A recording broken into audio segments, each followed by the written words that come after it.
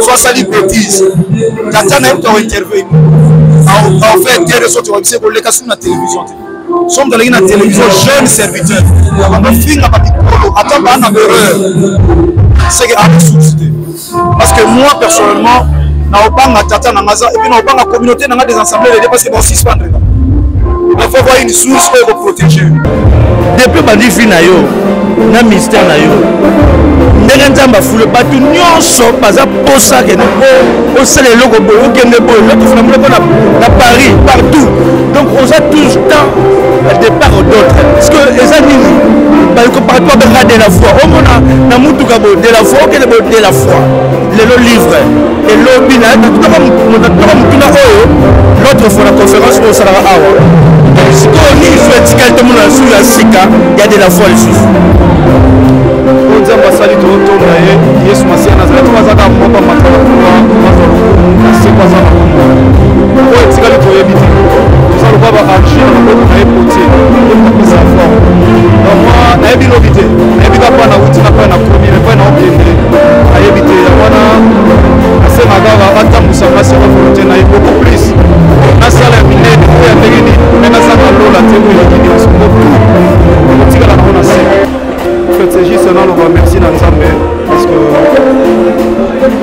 dans le monde oyo l'écrit etika la parole et sans ça va permettre dans la pluie de la foi bakuma et c'est bon parce que nous sommes corrélatés au parcours dans matin donc vie depuis ministère voilà donc on partit à livre on découvre qui est pasteur de la foi à Utawapi et à Komiwat au place aux autres qui non les qualités là qui parce que le premier livre dans ma c'est là qui la Bible est dictionnaire à cause de la foi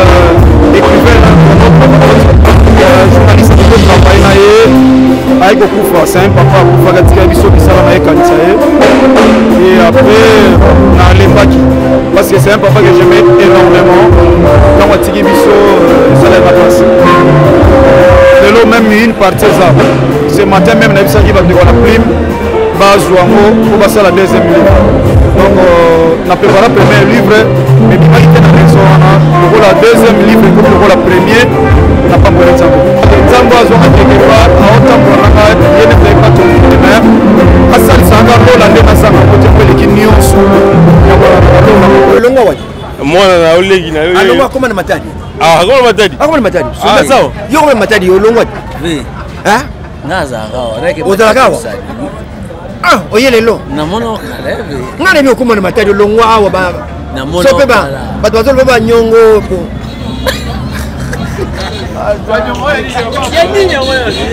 yela wani webele banyongo nini yamapa bato bazolo basunja tatimi kisata pona banyongo yango akoma na matadi neti nga bonga na yebi biloko defa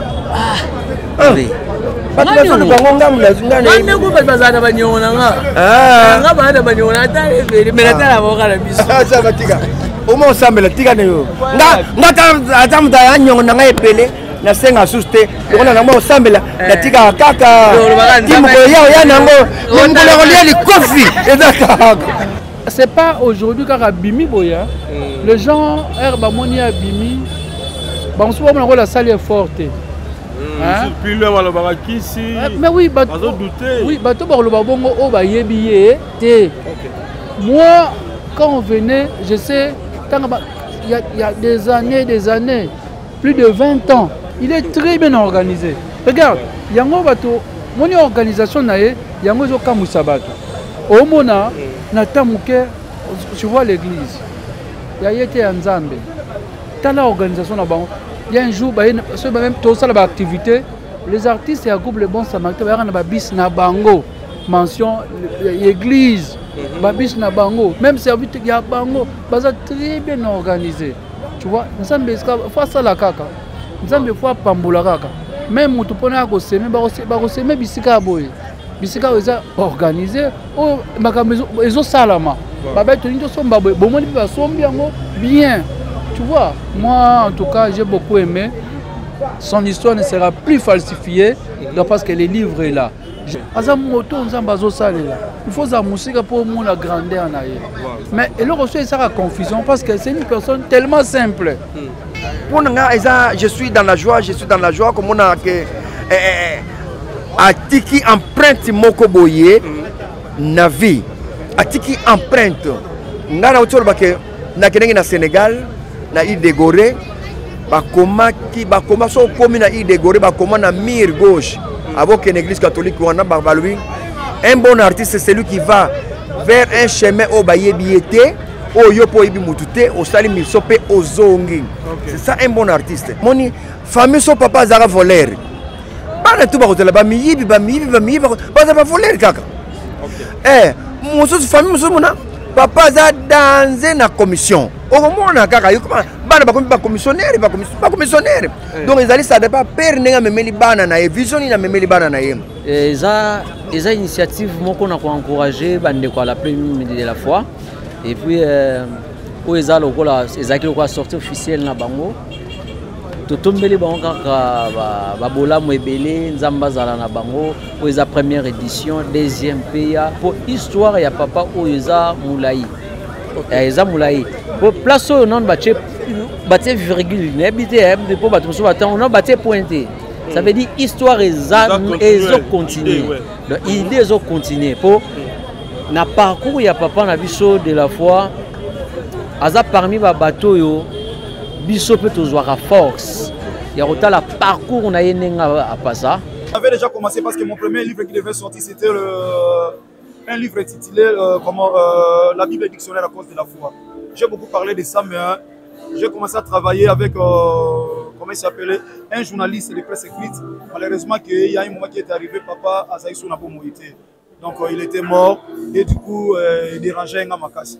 Je n'ai pas encore eu le temps de bander la livre. Et pendant que je parle là, la plume, je parle avec eux, ce sont eux-là qui vont sortir le deuxième livre. Mama, Yves Ipa. Love is crazy, love is funny. Au nom de Jésus, matoye funga mamunokolo ba na kombo na Yesu.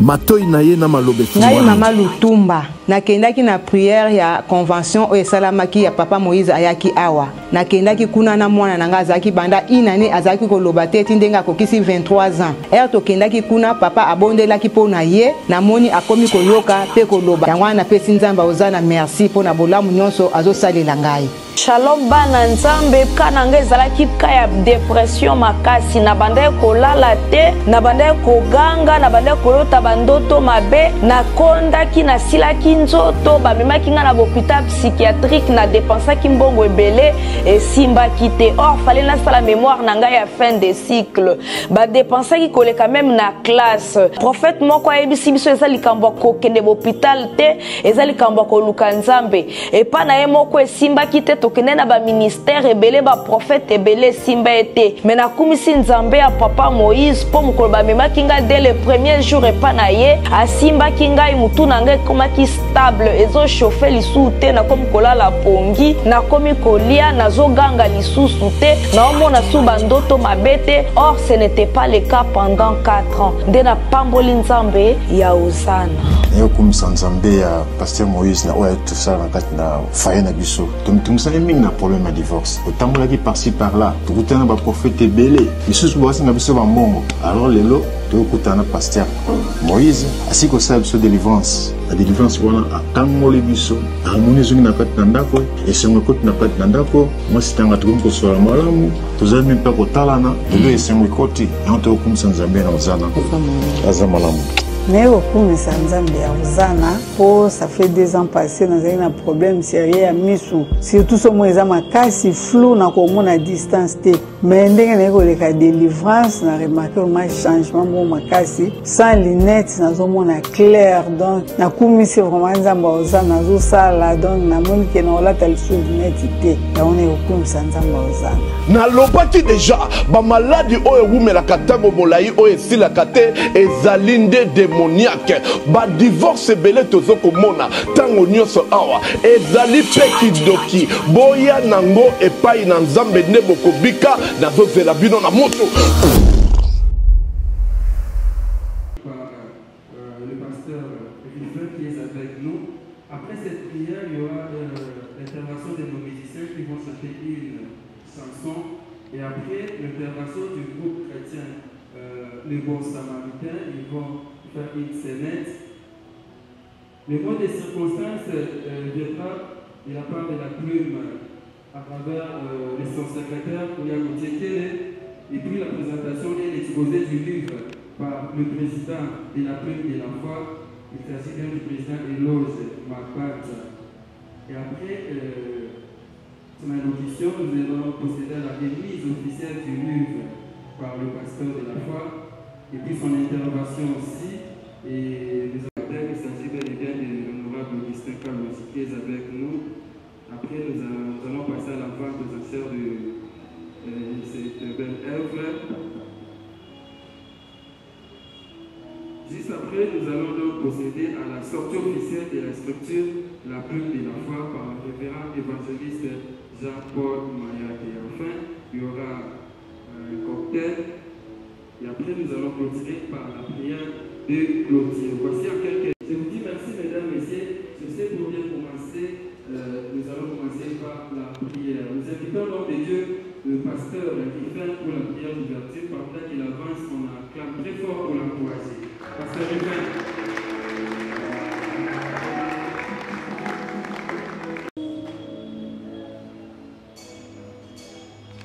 S'il vous plaît, nous inclinons nos têtes et nous voulons faire une prière d'ouverture afin de recommander la cérémonie d'aujourd'hui entre les mains de Jésus-Christ de Nazareth, le dérivant et véritable, lui qui est notre Seigneur. Prions. Glorieux Père Céleste, nous te bénissons, tu es Dieu. Merci pour la rencontre de cet après-midi.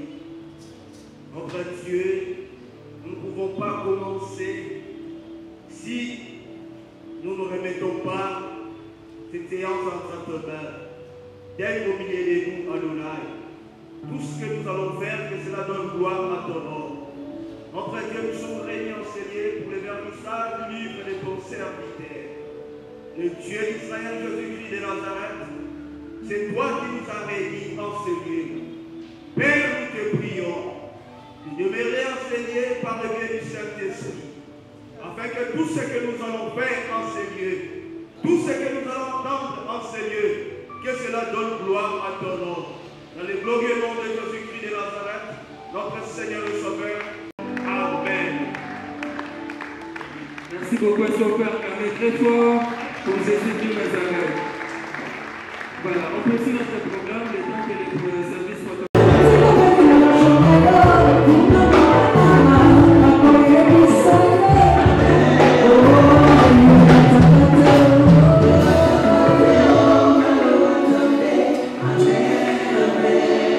Merci beaucoup, on peut acclamer pour se présenter le groupe chrétien Le Bon Samaritain. Ils sont déjà là, j'invite les bons samaritains sous vos applaudissements.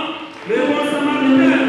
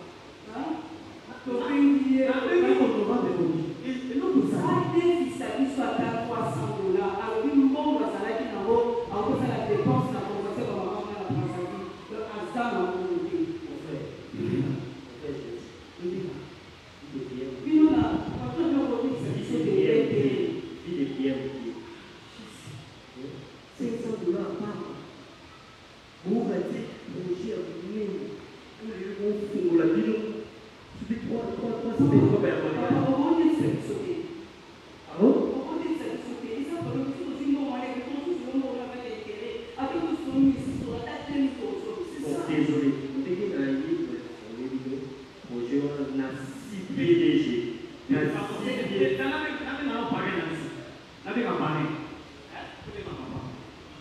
Pardon.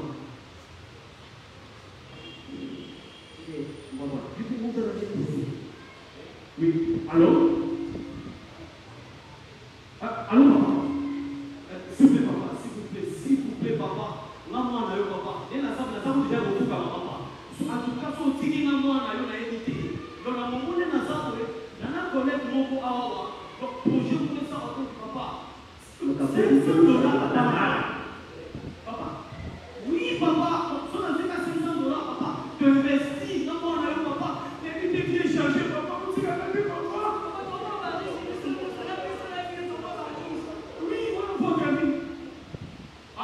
Ok, merci. Pour les là-haut, il faut savoir la cara. Et là, c'est bon, oui, encore. Il s'aimait, il s'aimait. Oui, oui. Bonjour. Qu'est-ce qu'il y a? Mon père. Hein? Papa. Il y a quoi? Papa, maman, là, occasion. Problème. Moi aussi, occasion, maman.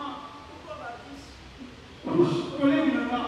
Papa, oui. Il a pas pour moi, papa. Mais c'est là $500 à papa. Tu l'as payé $500, papa. Mais on va pas gagner la bourse. Vous allez rentrer. Il s'est même dans la baisse, papa. Chérie, je ne sais pas. Pourquoi ça nous aussi? Papa, c'est le côté, papa. Non, mais ça va, non, papa, comment ça dit? Dans le mariage, il a plus souvent la nuit, on a la n'est-ce pas? Papa, peut-être la mariage, on peut savoir qu'un bon livre. On fait le livre, papa. Non, j'y vais. La paix, ça vaut $1000. La paix, ça vaut livre. S'il vous plaît, la paix, ça vaut livre. Seulement. Et l'autre, vous souffrez. Et l'autre, vous souffrez. Ah bon? Livre à quoi?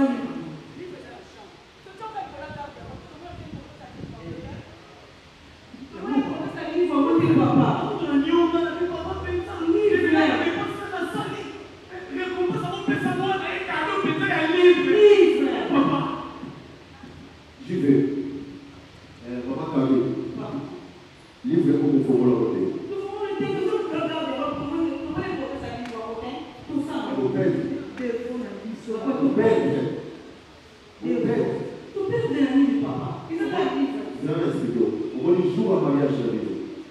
Na ABC madame na mama kozi na makambo soyo tukupe kosala kuna bana na biso bosina ba tosala bamonga bo surprise po baboye bate na kati ya livre oyo tozela to chèque ya $1000.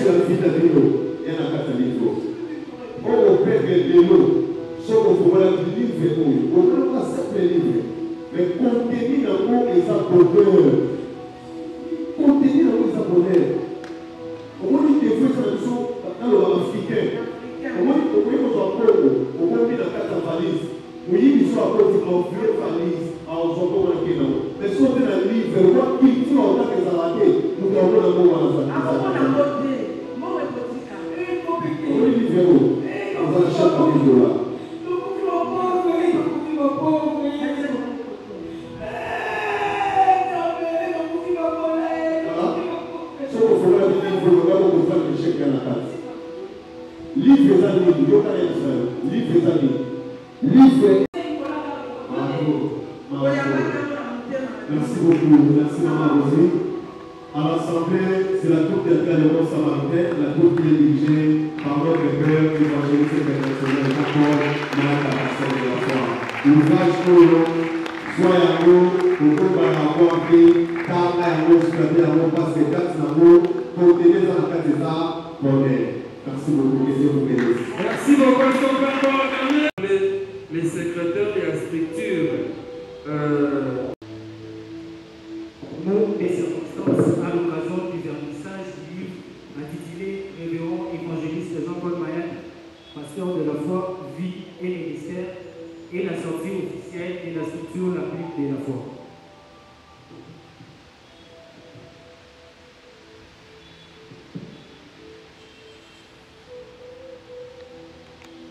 Mesdames et mesdemoiselles et messieurs, chers serviteurs, frères et sœurs dans les Seigneurs, distingués invités à vos titres et grades confondus, bonjour. Au moment où je prends la parole, les sentiments qui remplissent mon cœur sont ceux de gratitude et des remerciements que nous tenons avant tout à notre Seigneur Jésus-Christ de Nazareth, le Dieu vivant et véritable, pour la concrétisation de cette excellentissime journée qui paraîtrait pour nous être comme un rêve. Dans cette même optique, nous avons le signe honneur de saluer la présence de tous ici présents à cette grande manifestation, quoique vos multiples occupations, et nous vous souhaitons tous la bienvenue. Mesdames et mesdemoiselles et messieurs, frères et sœurs dans les Seigneurs, cette journée solennelle et illustre marque en amont la sortie officielle de notre structure nommée la Plume de la Foi, créée le 13 août 2023 à l'occasion de la première édition des Jeunes Congènes émanant de la vision de notre frère Eloge Mabata, une vision à laquelle nous avons accepté et adhéré. Mesdames et messieurs, chers frères dans les Seigneurs, l'histoire de toute structure s'inscrit très souvent autour de quelques faits marquants et de quelques dates qui fixent le moment le plus significatif de la naissance et de l'évolution de celle-ci. Et c'est fait, en ce jour, nous procédons aussi au vernissage de notre tout premier livre qui s'intitule Révérend évangéliste Jean-Paul Maët, la vie et ministère, dont la quintessence vous serait éclairée ici peu par l'exposé du président. Il est dès lors indiqué que cette journée marque la sortie officielle de la structure et du vernissage de notre tout premier livre. Cher Père, le révérend évangéliste Jean-Paul Maët, pasteur de la foi, c'est pour nous une grande joie de vous exprimer au nom de la structure nos vifs remerciements pour l'adoption de cette vision, pour le soutien et les bienfaits incommensurables que vous avez montrés à notre égard dès le premier jour où nous avons exposé notre vision. Nos remerciements s'adressent aussi au comité de l'Église CFC, à tous les responsables des départements de l'Église CFC et de l'association de la foi en Christ ici présents représentés, à la maison d'édition Géris Presse et à la structure Agile. Adopté et accueilli cordialement par notre aimable Père ici présent, il est aussi important, me semble-t-il, de vous illuster la structure la plume de la foi. La plume de la foi se résume par ces phrases, constituant une incarnation pleinement de la vision. A priori, sans la plume, l'aigle ne peut pas voler. Durée du livre d'Ézéchiel, chapitre 17, verset 3. Et sans la plume, les enseignements ne seraient pas écrits. Durée du livre de 2 Timothée, chapitre 3, verset 16. En effet, il a été de bonne loi de soutenir le ministère de notre Père étant un être qui a essentiellement besoin de plume. En ce but, nous avons créé cette structure, non parce que nous sommes riches, mais reconnaissons la lourde charge qui incombe notre Père et le grand amour qu'il approuve pour son service. En outre, il est indéniable que ces livres constituent une sagesse et un héritage pour la génération, car dit-on en Afrique, si un vieillard meurt, c'est toute une bibliothèque qui s'ébrouille. Réalisons notamment l'explosion de révélations qui sortent de sa bouche, son parcours et son ministère important, sa vie édifiante. Nous avons décidé d'écrire ces livres en son nom pour perpétuer ses enseignements et que cela serve de bibliothèque aux générations. Ainsi donc, nous faisons appel à toute personne de bonne foi de souscrire à cette vision et nous rejoindre pour qu'ensemble nous constituions la force et la plume de ces ministères. Encore une fois, nous disons un grand merci à la chaîne de la Voix Télévision, à tous les membres de notre Père, à nos églises et extensions partout à travers le monde pour l'indéfectible soutien et sympathie que vous cessez de nous témoigner à notre égard. Que vive la République démocratique du Congo, que vive la 37e communauté des soufflet de Dieu, que vive les centres évangéliques de la foi en Christ, que vive la structure, la pub de la foi. J'ai dit et je vous remercie. Merci beaucoup. Alors voilà, après le sénateur, nous allons donc faire appel au président, l'initiateur même de la plume de la foi. Il s'agit bel et bien de Messier Elos Mabata. Pendant qu'il avance, on a un très fort pour l'encourager.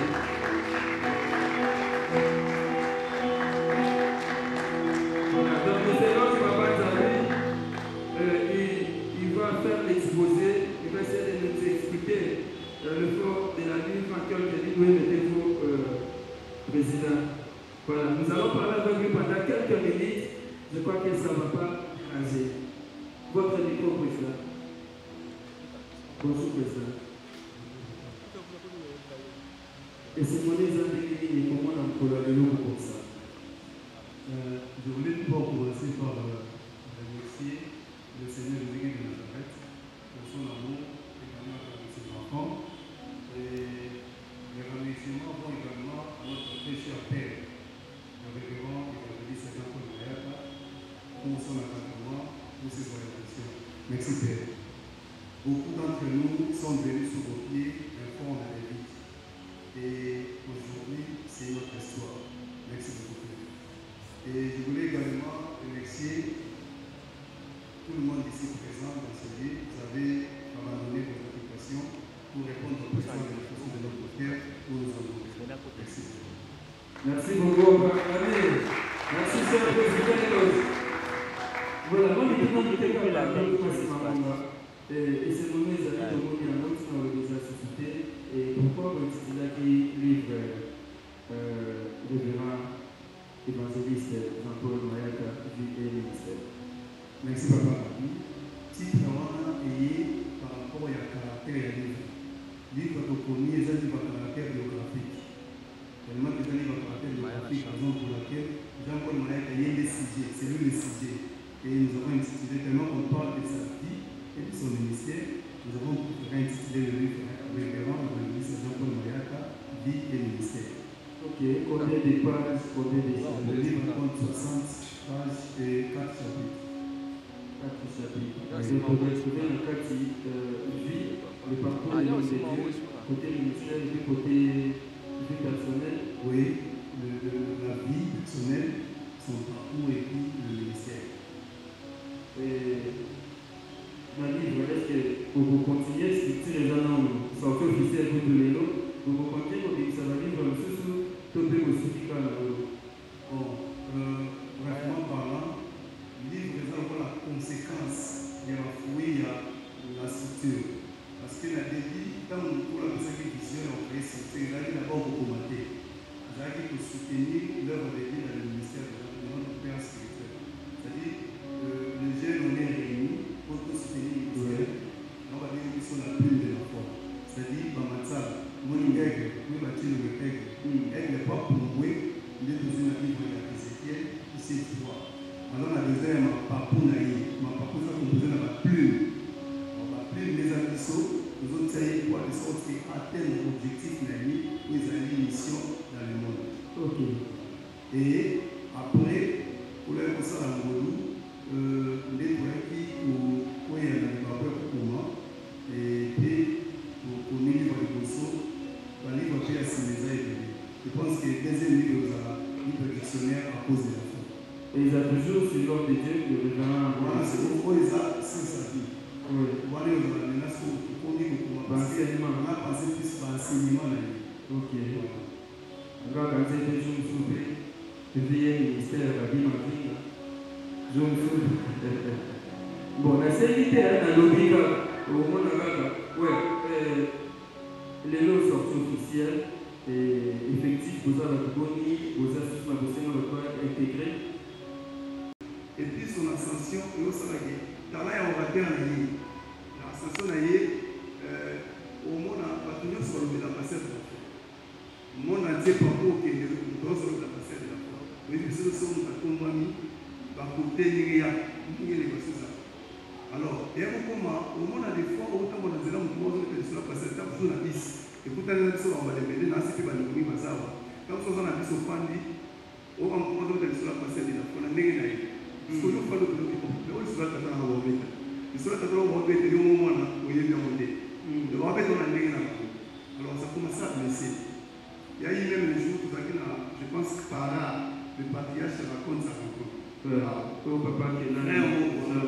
frère moko a beta biso lisolo mo mutokala ba développer bazana passer de la fona mujimai beti tozala na l'homme de Dieu na mujimai tout et autres on a parlé parce que dans qui conférence peut avec que mon mujimai et nous ça va tout le monde les gens peuvent quand même commencer à détruire l'image ou bien l'histoire par rapport à quoi il y avait la mission de la chair et ça va mission la plaie de la foi pour Québec et il y a déjà souci dans la pour la jeunesse. Merci beaucoup l'homme de Dieu. Et là, il faut tourner le thème à Marie, il faut pas accompagner pour faire un cadre. Je sais que vous avez déjà lu ce livre qui parle de votre biographie et puis ministère. Peut-être un mot, mais il va toujours pas découvrir un cadre, la lecteur. Non, mais non, c'est pas toutes les amis là. C'est le plan privé. Bon, pas tout privé, mais finalement parcours à finalement. Et puis, ministère où il y a 8 ans, dans les 6 novembre, où nous avons 5 parcelles, construction hôpital, dans la bien où il y a l'église, c'est l'église dans la carte. Et ça, qui s'y voit, qui va l'autre. C'est la raison pour laquelle on dit, dans ce qui dans mon mouvement pour baptiser le livre. Je n'ai jamais été sentimentaliste, je n'ai jamais été flatteur.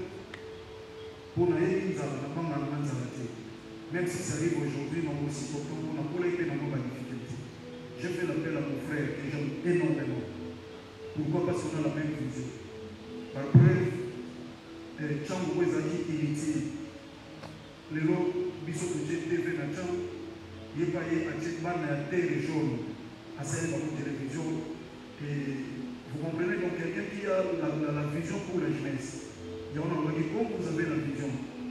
Mais il ne peut pas te dire. C'était le mercredi pour Zaki la place. Entre mercredi où j'ai dit comme ça, il a dit mon frère, pour nous, je vais tout bouleverser pour nous. Pourquoi on a collaboré? Parce qu'on a la même vision. Si on a collaboré dans la jeunesse, on a vu sur après 5 ans, 10 ans, 15 ans, 20 ans. Pour la jeunesse, c'est beaucoup meilleur. Mais pendant que vous avez tous les jeunes sont dans des points de vie. Tenter de demander de faire de n'importe quoi, fumer, chambrer, ou de n'importe quoi, tout le monde. Après 20 ans, pour la jeunesse américaine. Donc, bref, le monde a invité les gouvernements à cibler, il a dit que la Dieu a bien levé les gouvernements pour dire que ils ont baptisé le livre pour que dans l'ensemble, tous la jeunesse congolaise, ils en ont venu beaucoup. Mais je profite aussi pour cette occasion pour dire sincèrement un grand merci à l'honorable Okika Longe pour notre amour témoigné à mon égard. Moi, je suis votre frère. Merci beaucoup. Merci. Merci beaucoup, l'homme de Dieu. Je pense que nous allons poursuivre. On va encore faire appel au président de la structure La Pluie. Nous allons procéder à la remise officielle. Il y a un livre Paul Mayata. Vie et ministère. Président, s'il vous plaît, vous pouvez passer avec le livre avant de ministère de Dieu. Vie et ministère. C'est ça donc l'intitulé du livre. Voilà. Ah. Merci beaucoup. Vie et ministère. Ah. Merci. Merci l'homme de Dieu. Comme ça, que vous possédez dans le thème, il y a livre Malamoko. Vous avez votre micro, ne vous dérangez pas. On fait ça comment? Les protocoles doivent orienter l'ISO. Quand tu vois presque aussi la mission politique espace, je pense que ça va se faire là. Ici. Wow. La table va venir à manger. Avec la table, non? Voilà. Le livre avance. Comme ça, nous allons appeler l'honorable Augustin Kalosi. Il y a presque aussi la mission honorable avancée. Protocole. Voilà, on entend très fort pour passer l'honorable Papa Pierre Jaune, Augustin Kalosi. Voilà, pour procéder dans la baptême, il y a ouvrage Oyo. Voilà, c'est la famille. Voilà, pour procéder dans baptême, il y a ouvrage Koyo, bana de restriction, la plume de la foi Basali, ouvrage Motobo et voilà, Rosso Abisso, un ouvrage Namo et ça va bien. Père honorable Kogikan aussi, waouh, il est pas Akomaka Ebele, merci.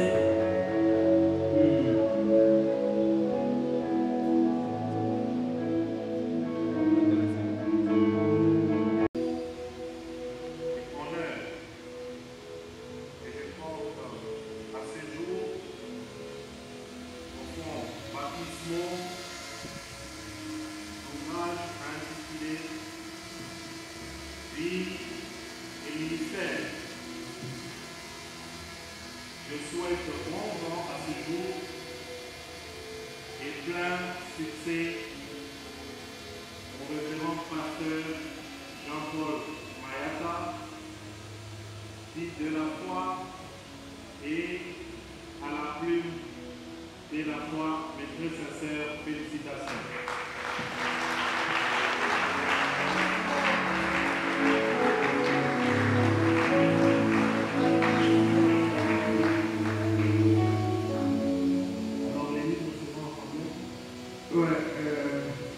Je pense que dans la stylo, comme ça, l'homme déjà a comparé dans le livre Nyoso Bausomba, et déjà un grand bousseau, Django. Merci, Baba Guillaume, pour te la livre. Merci beaucoup, Papa Rabi, merci l'organisateur et merci aussi à l'homme des dieux, le révérend Jean-Paul Mayata et aussi à l'honorable Ogi Kalouch, notre maître Papa Père Jean. Nous allons passer en vente à livre, mais nous allons comprendre et l'autre est important, et en moto les vente à livre. Vous savez, livre c'est tout un mystère. Livre, il faut qu'il transformer pour changer d'identité. Même si vous êtes là, vie n'a pas été dans le livre. Si vous êtes dans l'Apocalypse chapitre 5, verset 1er, il y a un qui na trône à droite, il y a papa qui na livre dans le monde. C'est que le livre, ils ont permettre à nous de stabilité dans le sang de Nzambe et dans le domaine de la vie. Mais nous devons comprendre qu'il y a des livres où il y a des lettres, mais ça fait dans l'esprit. Quand vous soutenir au sein d'un livre, autrement dit, nous sommes livres, nous sommes mis dans la lettre, mais en quelque sorte, au quotidien, à contact avec le ministère, avec la bénédiction. Et Père Moussali Naye, évangéliste Jean-Paul Mayata, pasteur de la foi.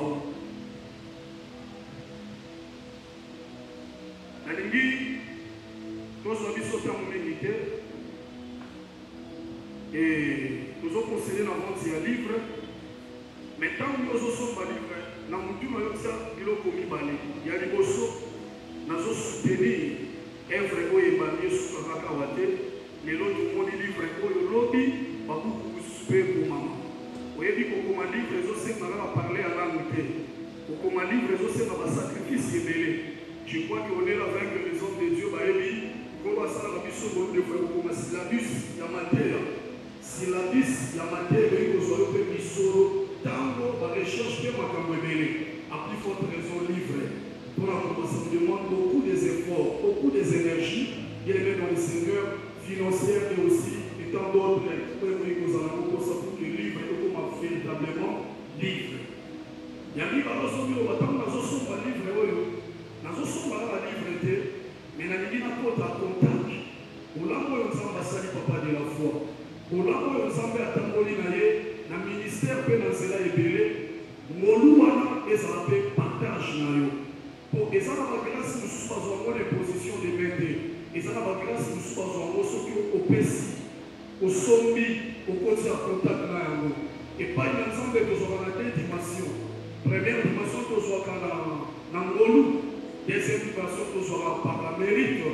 Nangolu pour personne peut-être n'est pas désiré, n'est pas désiré. Mais dans le domaine de la mérite, sur le simon a démontré que la coca a koya na coca pour pesi mbongo ya coca. Na zone manete ya epelé pour les gens ya muki ozango pour la construire musala oyo pour la soutenir dans le Seigneur département oyo zamba kozambate oso la sala et pas na musala na ye a multiplier ko pe na vie na yo na ministère na yo na domaine na yo ya vie. Na ebi personne qui a encore élevé des filles à chambre, va encore élevé des filles bien élevées dans le Seigneur. Il n'y a pas dans l'ensemble que nous avons sauvé nos âmes à euro. Pas de encore sauver ma livre, nous avons 300 à 500 000 $. Au sein d'un bon bébé de ces là, vous voyez que nous avons sauvé ma livre à 300 $. Aux autres caliboso, aux autres livres, dans ma beaucoup l'homme de Dieu, l'évangéliste Jean-Paul Mayata, papa de la foi. Et a signé à Thierry Maloba, Nicolo, Nabucco, Nawe, si vous avez $300, tous sous les cas, vous allez voir la monnaie.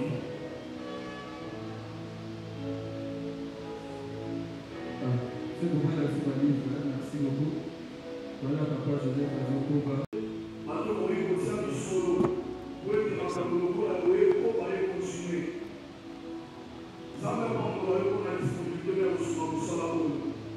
Aux autres dépossédés, pour les autres investir dans le royaume ensemble. Pour le coup, quand on est tombé sur la micro-pédiatre de l'État, dans le monde où il y a eu d'autres Tamasika, où il y a une contribution dans la vision où il y a eu personne de souci à Sika. Enfin, que le message qui est au-delà, et puis qui s'abat. Et vous allez penser à la monnaie. Souci la vision, vous allez tous se faire beaucoup à arrêter. Voilà, Kozokoba, c'est le monde pasteur Joseph. Nous sommes dans le moment où nous allons livrer à $300, même $200, venez rapidement. Nous avons pas de la foi à la foi, nous n'avons pas de la foi à la foi, nous avons pour ma mission. Dans la zone du matin, nous sommes pas papier, mais dans la zone du nous sommes dans molimo. L'esprit peut se prendre les couleurs avec qui. L'esprit peut se prendre les couleurs avec qui. Papa Joseph et l'honorable va partir photo libérée à Jean-Michel Agosala. Non, pas avec à cause de la foi. Voilà, cependant, l'honorable a dit à son but 1000 livres pour la Madiko à Jean-Michel Agosala. Merci beaucoup, honorable. Pour la Madiko à Jean-Michel. Papa Joseph, comment est-ce que tu as voilà, merci cher honorable Augustin Carlos, j'ai assombri 1000 livres, vie et ministère, révérend évangéliste Jean-Paul Mayata. Nous disons merci à l'honorable. Il soutient toujours la jeunesse, aux acquis dans les week-ends derniers dans l'église nationale en passe à Père Joseph. Nous sommes honorables. Nous sommes votre comité.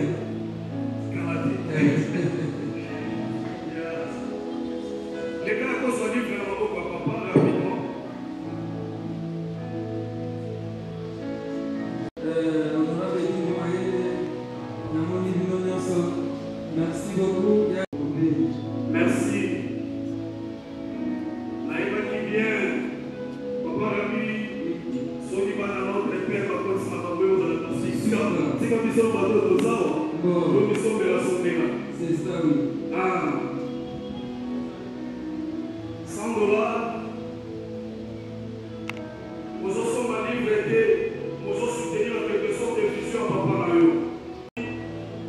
Si je me suis et pour maman, et pour la nation, et vous allez malade. $100 aux Onéka. Merci papa Rémi. Merci papa Rémi. Mon mazo. Et les gens ont appelé ça sur la Bino. Merci. Les Carabambo, ils posent la livre. En fait, ceux qui ont quitté la livre, vie et ministère, vous ont organisé la zone de travail sur la vie. Mais parce que expliquer le principe oyo moto na nzambe azalaki nango lokola motu esali ya koma na badimension oyo akomi oyebi soki olingi olonga na vie koyekolaka succès ya motu te me yekolaka baprincipe oyo ekumbi ye na succès. Voilà pourquoi biso tolobaka le nom de Jésus nous donne la victoire Mais le principe, comment? Le ciel, mais le principe de Jésus nous donne la victoire sur la terre. On dit que là, comme moi, Yesu Massia. On dit que là, on soit succès dans ma belle, observer le principe de Jésus et commémorer le musique. Qui m'a dit il y a besoin de livre pour $100. Pour les années de trophée, au titre de chaque fois qu'il y aura un problème, tu peux l'appeler à ton Dieu. De la même manière, à ton bola au salinaye, de la même manière, à ton bola au salinaye, à Sarako Benayo, et je crois que nous avons au salaire. Merci beaucoup, papa. Merci beaucoup. Merci beaucoup.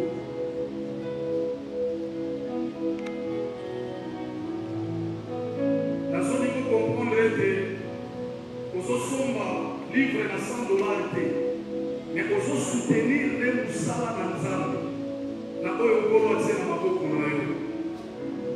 et au retour, vous évitez que Kamini Koba Moussala après avoir eu un souci à provoquer des serments pour Koba et de Moussika. Parce que vous avez un salaire qui m'a dit une mission, la chouette, Mokamboza la Mambo à côté à dégage.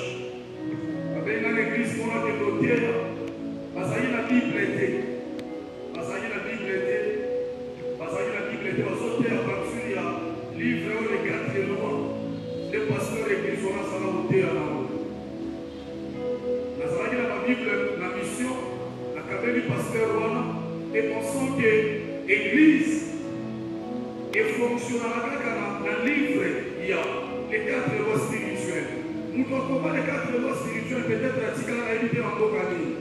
Mais le livre est comme ici, quand il y a un peu de sabbat. Vous voyez, il y a beaucoup de gens à boy. Ils sont soutenus pour ça. Vous voyez, il y a des gens qui ont posé ensemble, ils ont beaucoup maté. Mais le livre est commis et puis ici, ça va vraiment un livre comité. Ça va vraiment un année à qui un cas. Pour le livre est comme et comme il y a pas à Ituri, pardon, et comme il y a pas à Beni. Et comme il y a un bazar à Tembo, Pebongo na Bongo. Bisika no kogi kokoma te, livre we kogi kokoma. Bisika no kogi kote ya te, livre we kogi kote ya te, bato babongo li bitema. Aye kuli makambo belé ensemble, pourquoi? Parce que batani bazui connaissance. Qui va lomba pour soutenir biso na musala oyo? Pourquoi? Parce que nombre d'autres ministres ça va les champions.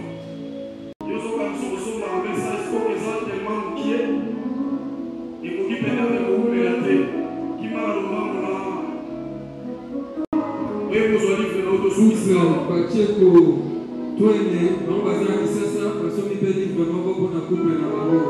merci beaucoup, couple Pacheco, merci. Merci, mon Hermo. Et pas papa Dani, merci.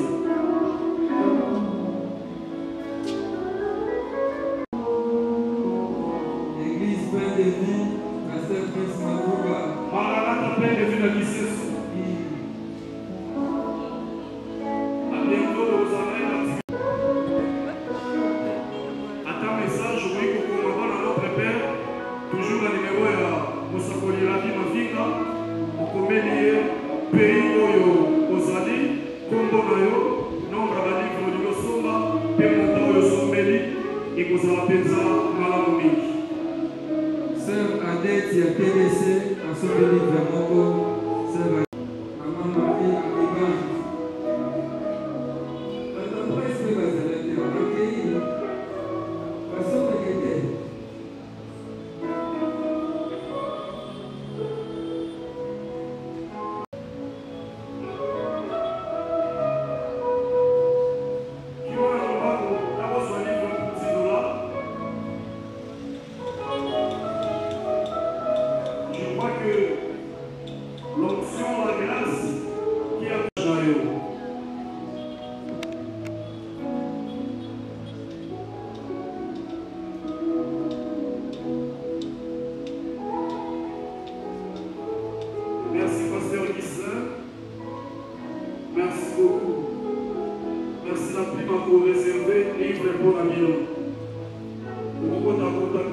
Il y a un besoin de vie. Nous allons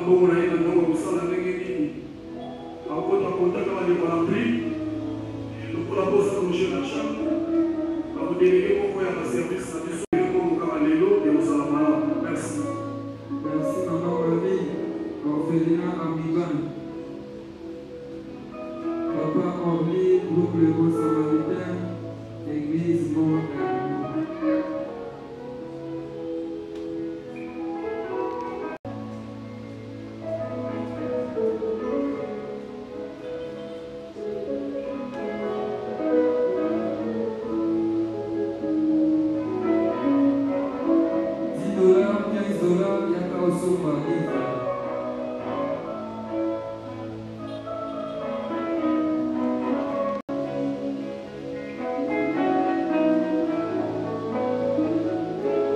Merci Maman Esther Baleoula depuis Suisse, présidente de la femme de la foi Suisse, à Sobi 5 livres. Merci à Maman Mélanie Toko.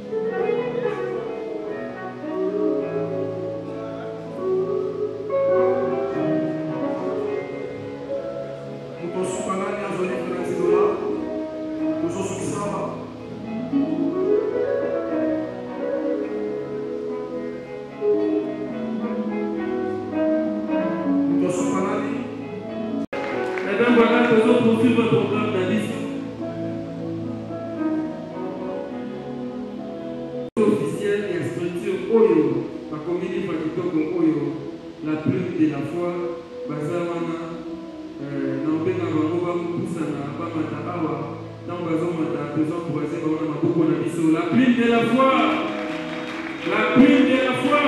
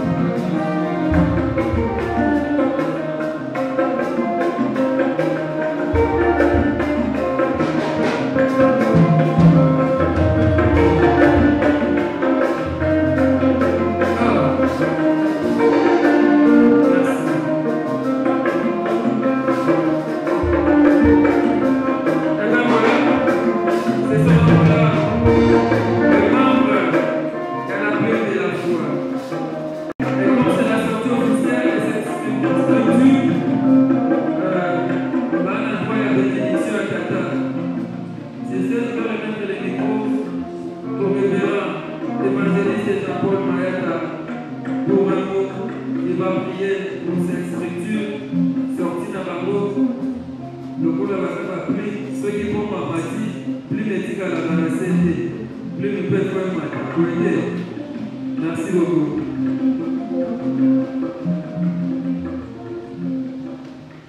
Merci. Premièrement, on a tous ces gens de ce que vous dites. Nous avons ça pour jeunes dans la vision. Ce sont ces jeunes-là que moi j'ai pu avoir sans problème. Donc, d'où il y a certaines choses là, il y a encore découvrir dans mon corps.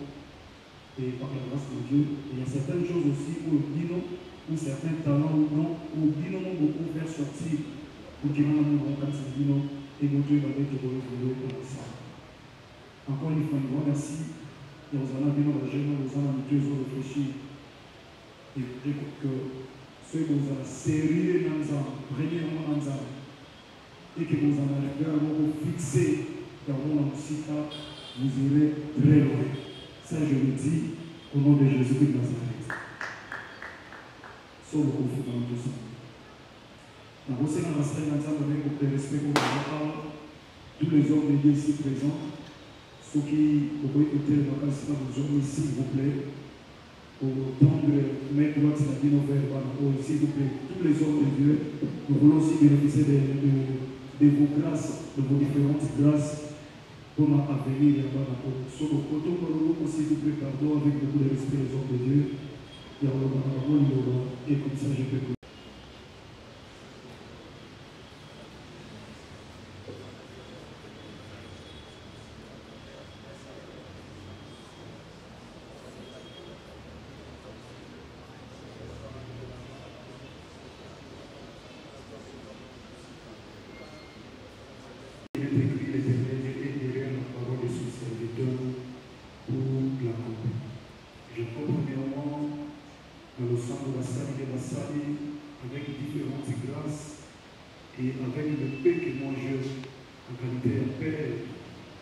j'aimerais déclarer afin que l'Éternel Dieu désormais fasse la grande chose au monde.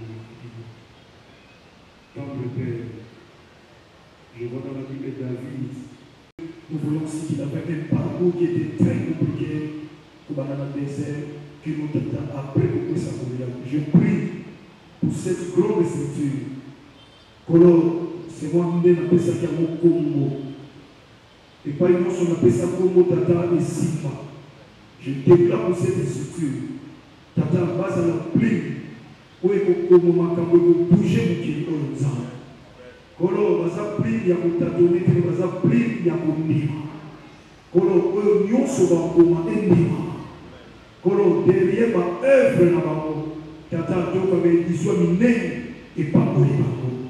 Kolo, il y a des choses qui commencent comme les algos, la blague.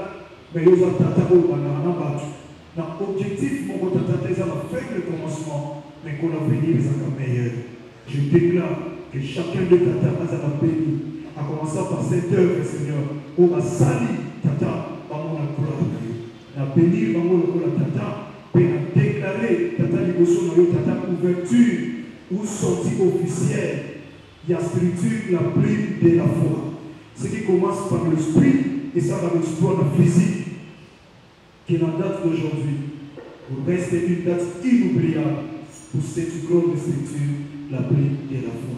Je le suis déclaré, au nom puissant de mon seul et l'unique grand vainqueur de mon Golgotha, le Dieu de mon parcours et de ma foi, que je suis prié par la foi, que la maman puisse pour le pays. Amen. Merci beaucoup, merci, félicitations.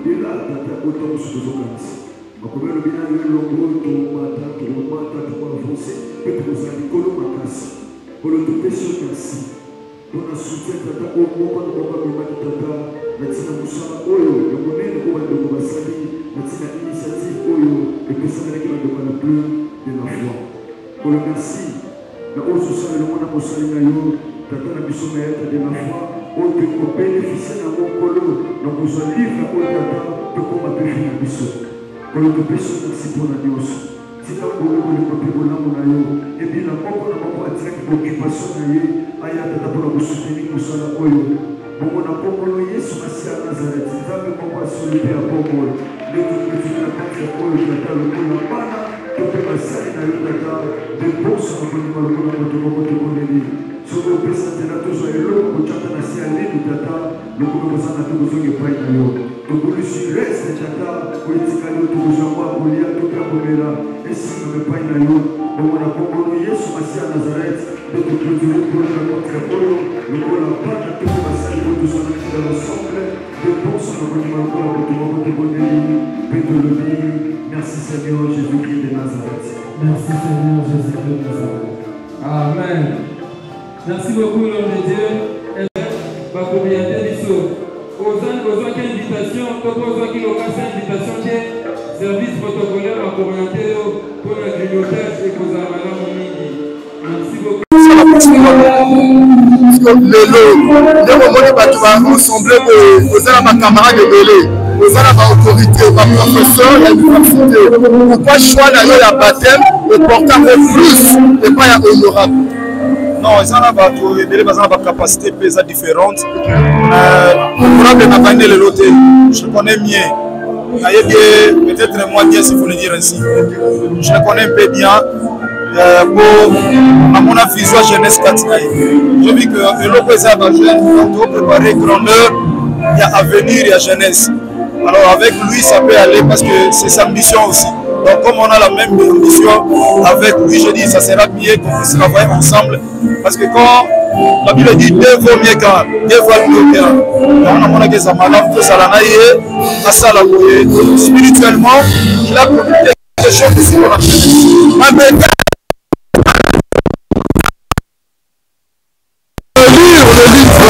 Est-ce que c'est vrai ou bien quelque part, moi ma pension est ça. Bon, et c'est je ne sais pas, parce qu'on a fait ça qui était dans la finale, c'était ma vie et le parcours de mon ministère. Il n'y a pas à corriger, il n'y a pas à rectifier. Bon, déjà, ça je dis, c'était parce que c'est bien bon et comme il n'a pas imprimé. Tu vois, et maintenant là, sur le petit c'est on a encore un menteur. Donc ce que moi j'ai donné, c'est que je lis la correction finale pour pas que le imprimer, c'était exact. Alors on a relire encore pour la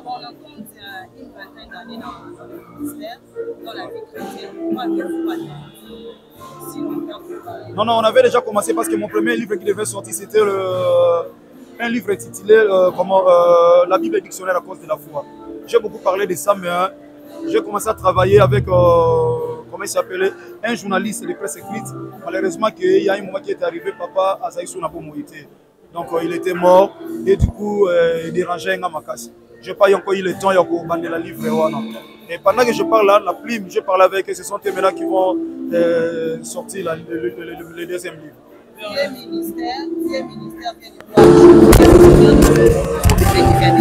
Il faut en avoir patience dans la vie. On vient de quelque part pour arriver quelque part. On a le destin. Il faut accepter le chemin du désert pour arriver à la destinée. Donc on sent désert au pays de Cana, Égypte, ok Cana. Donc c'est juste ça. Parce que les autres ont pris que passer de la fois commencé du coup dans 8 ans, 7 ans, il a réalisé de grandes choses. Non, j'ai été formé pendant 21 ans sous le pied de mon père spirituel. C'est cette formation-là qui a fait que je sois solide, je sois fort également.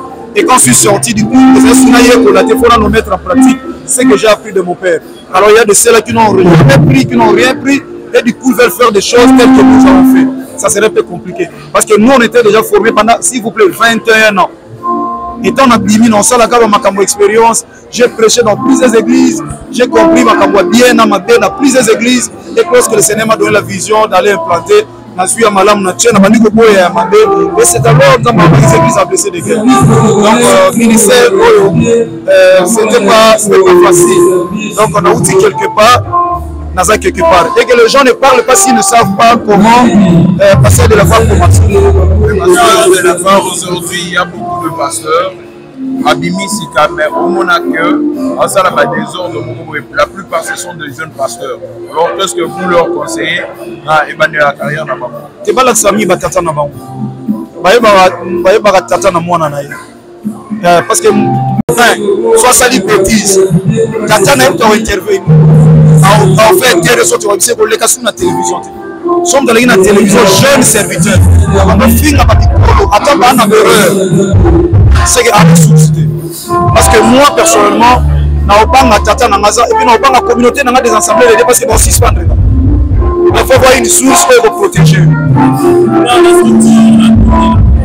c'est juste pour les non, c'est pour tout le monde. On a posé les livres pour les autres pour laquelle on dit on a l'échantillon. Ils ont commencé avec moi, mais on continue quand on a dit avec tout le monde. Moi, ça n'a pas ça contacter Bango et à contacter Bango. Voilà. Merci, pasteur de la foi. Nous vous laissons se reposer et puis nous vous invitons dans nos émissions pour parler encore plus. Merci beaucoup. Je savais en ainsi, sont finis par là. Merci. C'est bon. Livre et salami. Moi, le bamouké, le personne. En fait, c'est juste un endroit, merci Nanzambe, parce que dans le monde où l'écrit est la parole et sans ça va permettre dans la prière de la foi bâtiment. Et c'est beaucoup parce que nous sommes corrélatés à mon parcours dans ma vie. Donc, vie dans le ministère. Voilà, donc on va partir à livre, on va découvrir qui est pasteur de la foi, à Outawapi et à Komiwat, au place de Zoké. Donc c'est un sujet de joie. Et pour le ministère, on aura eu un livre, on a été. Non, c'est ça qui passe que le premier livre, c'est la Bible est dictionnaire à cause de la foi. Écrivain, journaliste qui peut travailler avec Okufa, c'est un papa qui a et après dans les Baki parce que c'est un papa que j'aimais énormément dans ma tiki biso ça l'a passé de l'eau même une partie ça ce matin même on a vu ça qui va devoir la prime base pour passer à la deuxième livre donc on a préparé le premier livre mais qui m'a été dans la maison pour la deuxième livre pour la première on n'a pas moyen de ça alors tout le monde depuis bandi fi na yo na mystère na yo ndenge nzamba fule bato nyonso baza posa ke o sele loko bo o kende bo loko funa moko na Paris partout donc on a tout le temps de part ou d'autre parce que les amis ba ko partout ba de la foi o mona na mutu ka bo de la foi ke bo de la foi le livre et l'obina tout comme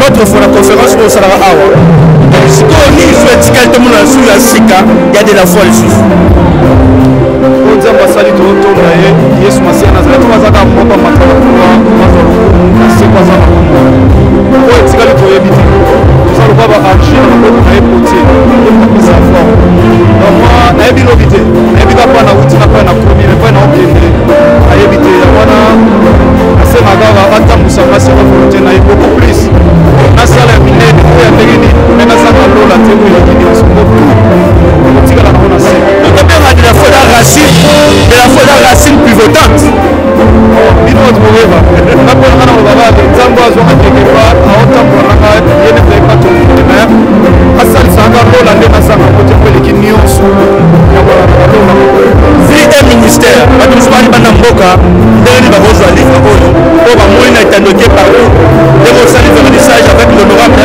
ba kozwa mon ndeni en principe présentation la contacter bino na ba TV ba télévision sur la chaîne nyonso ba oye ba te ba ozwa faut ba na église là ba ozwa na face. Merci beaucoup révérend pasteur. Merci. Que nous saluons. Bonjour monsieur. Bonjour monsieur. Quand vous avez eu ce projet, qu'est-ce que vous vous êtes dit? Bon, en réalité, c'est comme vous l'avez dit, un livre, c'est comme un enfant qui vient de naître à la publication.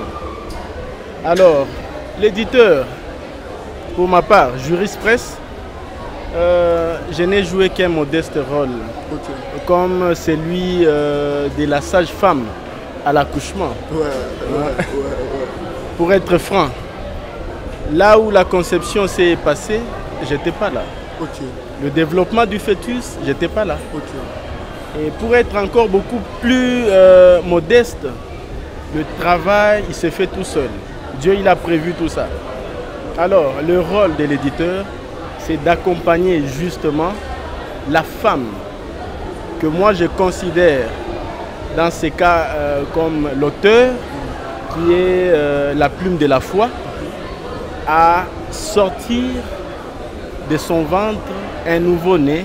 Et aujourd'hui nous avons ces livres. Vie et ministère. Vie et ministère. Ouais, du pasteur de la foi. Du pasteur de la foi.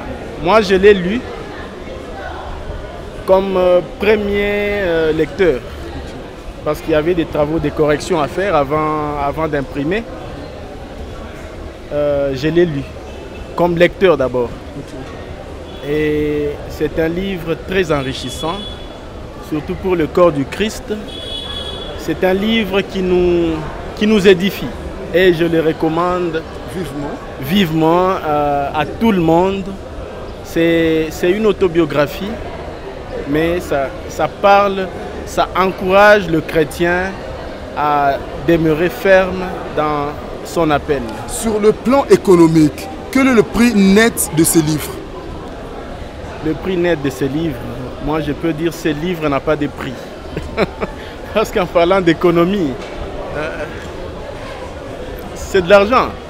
Et pourtant, s'il fallait que moi je fixe le prix de ces livres, vous avez vu, il y en a qui ont pris ces livres à $300, il y en a qui ont pris à $200, il y en a qui ont pris à 100, à 50, et il y en a qui recevront ces livres gratuitement. Vous savez pourquoi? Parce que le contenu n'est pas comparable. La science. D'accord. Parce que c'est au-delà de la science. Merci, on ne peut pas vraiment vous prendre le temps. On sait que vous aurez les invitations pour passer aussi dans des émissions pour parler encore de plus pour ces livres.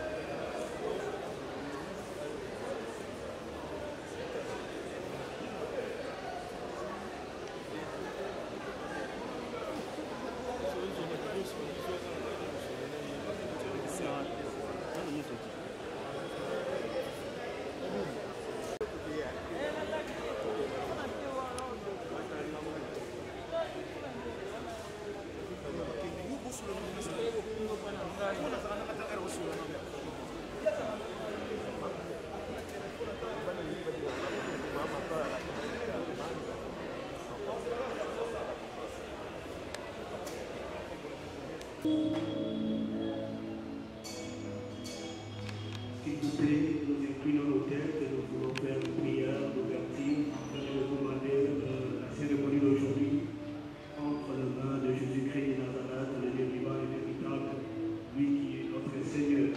Prions. Glorieux Père Céleste, nous te bénissons, tu es Dieu. Merci pour la rencontre de cet après-midi. Notre Dieu, nous ne pouvons pas commencer si nous ne remettons pas cette séance entre tes mains. Dès au milieu de nous, Adonai, tout ce que nous allons faire, que cela donne gloire à ton nom. Notre Dieu, nous sommes réunis enseignés pour le vernissage du livre des bons serviteurs. Le Dieu d'Israël, Jésus-Christ de Nazareth, c'est toi qui nous as réunis en ce lieu. Père, nous te prions de demeurer enseignés par le biais du Saint-Esprit, afin que tout ce que nous allons faire en ces lieux, tout ce que nous allons entendre en ces lieux, que cela donne gloire à ton nom. Dans le glorieux nom de Jésus-Christ de Nazareth, notre Seigneur et Sauveur. S'il vous plaît, nous inclinons nos têtes et nous voulons faire une prière d'ouverture afin de recommander la cérémonie d'aujourd'hui entre les mains de Jésus-Christ de Nazareth, le Dieu vivant et véritable, lui qui est notre Seigneur. Prions. Glorieux Père Céleste, nous te bénissons, tu es Dieu. Merci pour la rencontre de cet après-midi. Notre Dieu, ne pouvons pas commencer si nous ne remettons pas cette séance entre ta main. Dès au milieu de nous, Adonai, tout ce que nous allons faire, que cela donne gloire à ton nom. Notre Dieu, nous sommes réunis enseignés pour le vernissage du livre des bons serviteurs. Le Dieu d'Israël, Jésus-Christ de Nazareth, c'est toi qui nous as réunis en ce lieu. Père, nous te prions de demeurer enseigné par le biais du Saint-Esprit, afin que tout ce que nous allons faire en ce lieu, tout ce que nous allons entendre en ce lieu, que cela donne gloire à ton nom. Dans le glorieux nom de Jésus-Christ de Nazareth, notre Seigneur.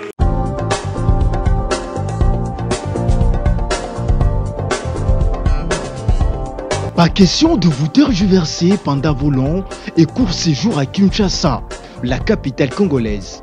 En famille, couple et singleton. Le meuble EMA met à votre disposition des appartements répondant aux normes internationales.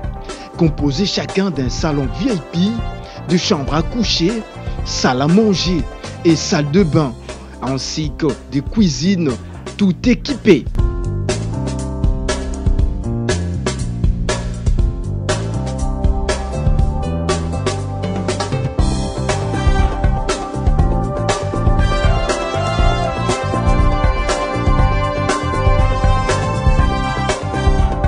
La connexion Wi-Fi en permanence. Pour les problèmes de coupures intempestives de courant électrique, un générateur disponible pour alimenter ces bijoux.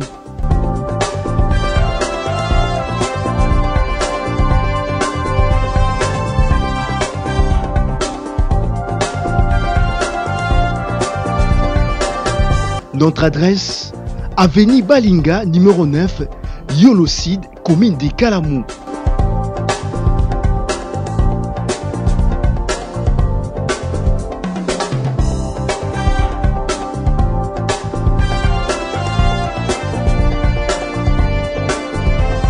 Pour plus d'informations, plus 44 74 66 38 44, plus 44 75 39 90 053, plus 243 82 31 46 488.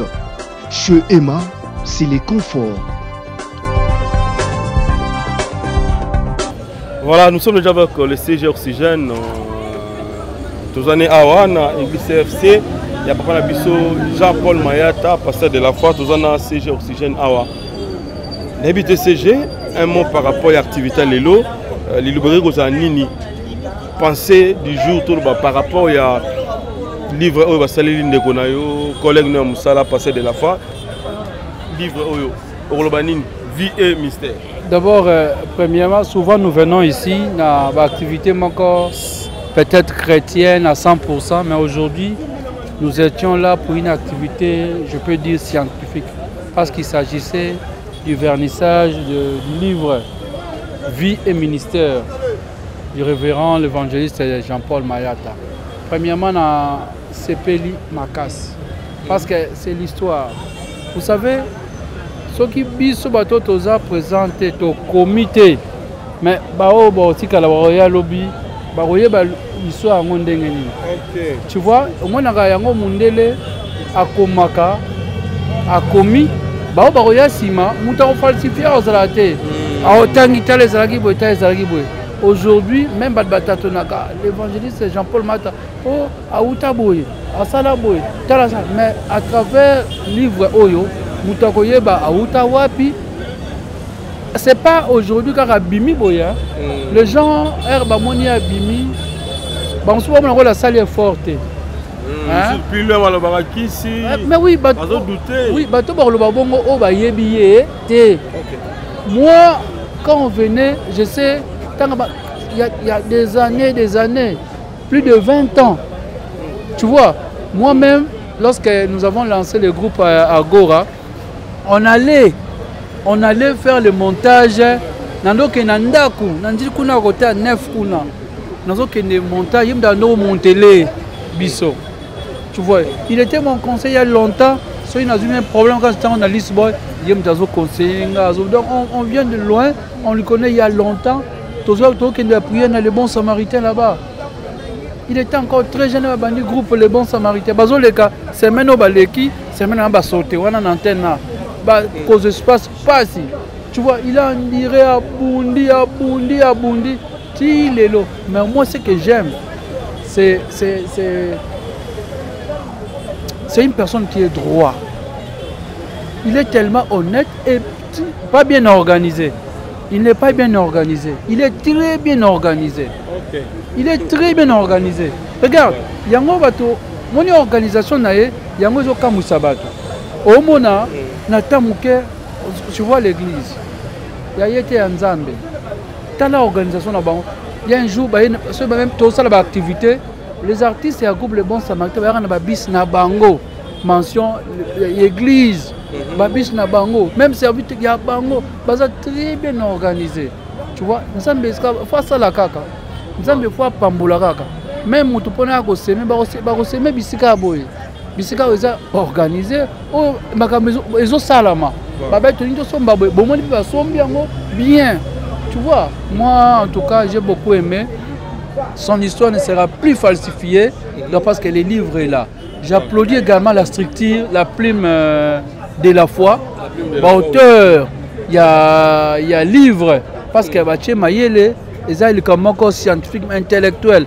Donc on a bêté le bon beaucoup makasi. Que ça ne soit pas le premier livre, car il y a Évangile de la foi. Bako qui n'est pas misusu, la publication misusu peya na combo à cité on est aux ala malamumi. Au nom de, avec la permission du président Massoum qui est empêché, au nom de notre association, la NTPC, nous tenons à féliciter la structure, la plume de la foi, y compris les révérends évangélistes de la foi, Jean-Paul Mahata, les pasteurs de la foi.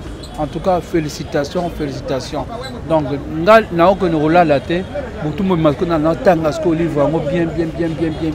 Naye baba oh sous naye bate aye et au salanga tu vois balobaka et mutoyo kaka et bemba ka sona été biso ko la za biso to mona ka maza moto nzamba zo salela. OK. Aza moto nzamba zo salela. Il faut za musique pour mon grandeur naye. Mais et le reçu ça a confusion parce que c'est une personne tellement simple. Tellement simple, le goût de mon le goût scientifique, la monia niati veste cravate. Mais c'est une personne au moins dans les activités, on confondre lui ou bien nan. Il est tellement simple. Donc là dans le témoignage moi makasi. Il y a un jour à Outaki Liban Mboka nayebi ke yam ça se pelaté hein. À Outaki Liban Mboka, nazu appel vers 6h moins. J'ai besoin de vous. Na commune ndako. Na kanisa s'il y a un problème, na moni atalinga kaka, na taille. Ndé na lataki. A côté na chambre. A miselinga pièce, veste, atali, chaussures, chemise, a pambol, a pesinga. Donc mingi ngaba abinanga jolinga ba chemise mingi. Tu fais ici mozo lo ba pona ba artiste. OK, il faut azu a pesinga. Et puis que après si on était capable de faire après si on tinna parce que la mituni mbela liboso ba mi balenga ba pambolinga kuna ngape na moni toza no time moko moi belo mususu yo pezwa ye pa pesinga yo akabelinga boye et puis akabelinga biloko moko omona chaussure donc mutaro chaussure ya kitoko donc ça dit abi bakabeli na poto. Donc là tu as bon mais apprécier donc et marquant tellement makasi et tikalanga souvent donc dans Nazar va témoignage belé mais je sais que ça vraiment biso peut comment bana de la foi comment la foi to vivaka na foi. Je profite pour saluer Laurette Ngele moi na de la foi. OK. Merci beaucoup Yassele Massassi donc toujours continuer toujours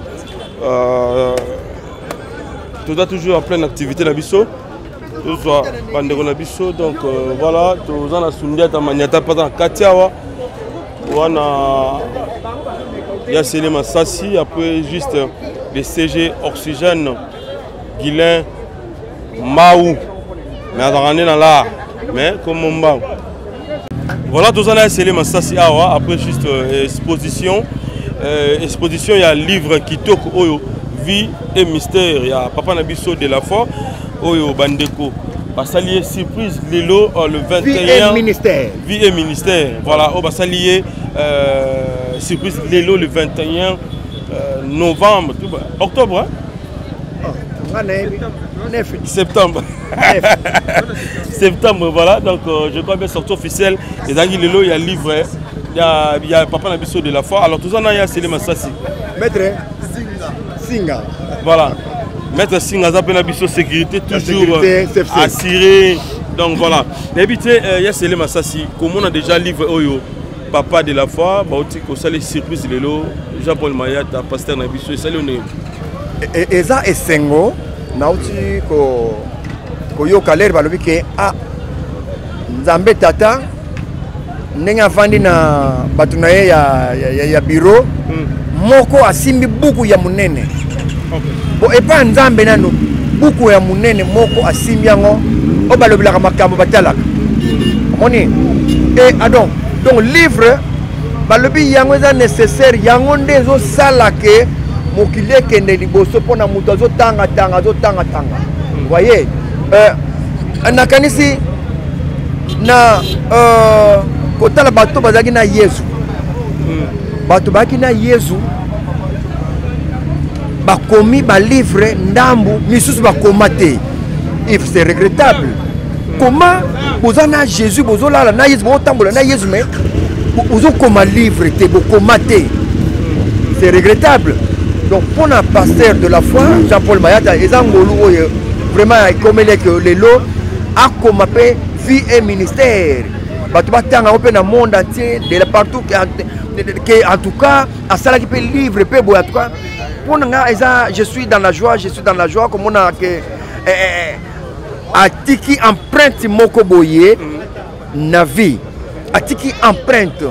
Ngana autour na kenengi na Sénégal, na île de Gorée.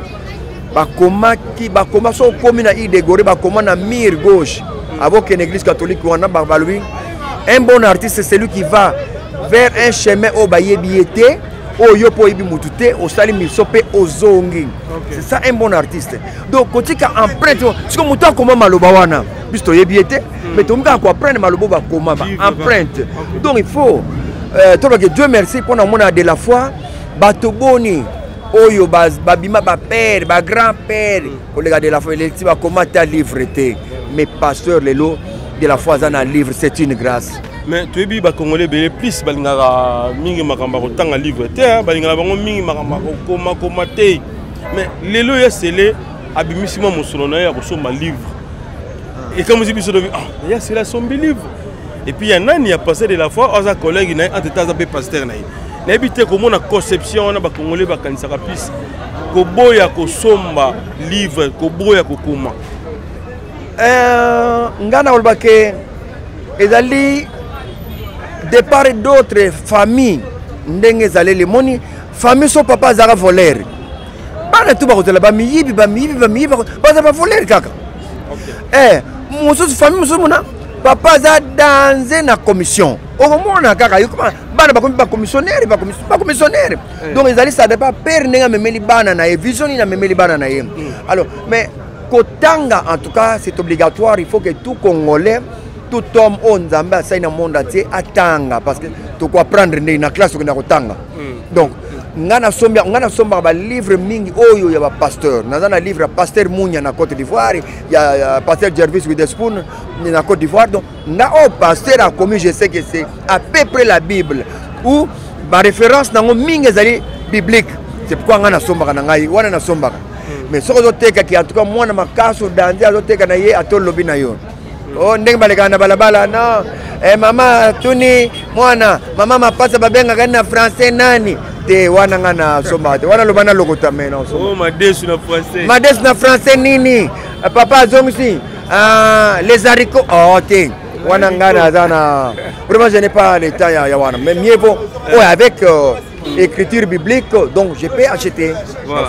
Merci beaucoup Yassele tonton Soussou Ndiata Maniata tozana epe awa pembeni na biso alongwa wapi mwana na olegi na yo alongwa koma na matadi koma matadi koma na matadi sawa yo koma na matadi olongwa oui nazaka reke ozalaka wa oye lelo namona okaleve ngana bi okoma na matadi olongwa awa ba sope ba bato bazolo ba nyongo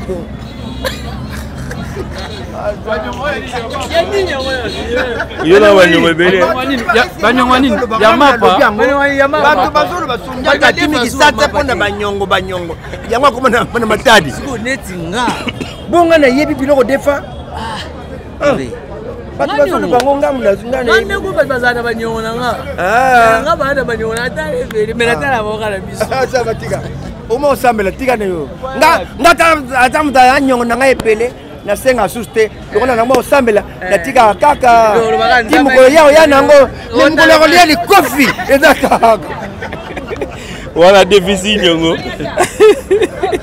voilà Maniata soki lelo olobi o encourager papa na biso de la foi et aussi structure oyo la plume de la foi par rapport à livre basali pour na passer de la foi ko penser ko beta histoire na ye depuis qu'il y a bandi ministère na ye ti lelo voilà oyo ko bani ni suneta Maniata bani ba otala yo d'abord na pesi ba merci ebele na bandeko ya la plume de la foi na initiative oyo bazwaki ya repenser na notre père Jean-Paul Mayata pasteur de la foi ya ko créer livre oyo pona d'abord ezakaka pona ministère te ezapena vie professionnelle na ye et puis na carrière artistique na ye nyonso eza na kati na vie privée si eza na kati wana alors eza initiative moko na ko encourager bandeko la plume de la foi et puis oyo eza lokola ezaki lokola sortie officielle na bango totombeli bango kaka babolamu ebele nzambe azala na bango oyo eza première édition deuxième peya po histoire ya papa oyo eza molai eza molai po place oyo nano batie virgule nayebi te po bato mosusu batango nano batie pointe ça veut dire histoire ezocontinue donc idée ezocontinue po na parcours ya papa na biso de la foi aza parmi babato oyo biso pe tozwaka force ya kotala parcours na ye ndenge apasa e biso ba oyo toza lokola bana na nsima na ye totalaka lelo awa soki esimbaki te nalemba te il faut na foncer toujours po nzambe osimba donc c'est un peu ça. Merci beaucoup Maniata. Merci Ipan. Mikolo ozobina trop mutale mikolo na ba film ozobina trop yanga ba awinda wa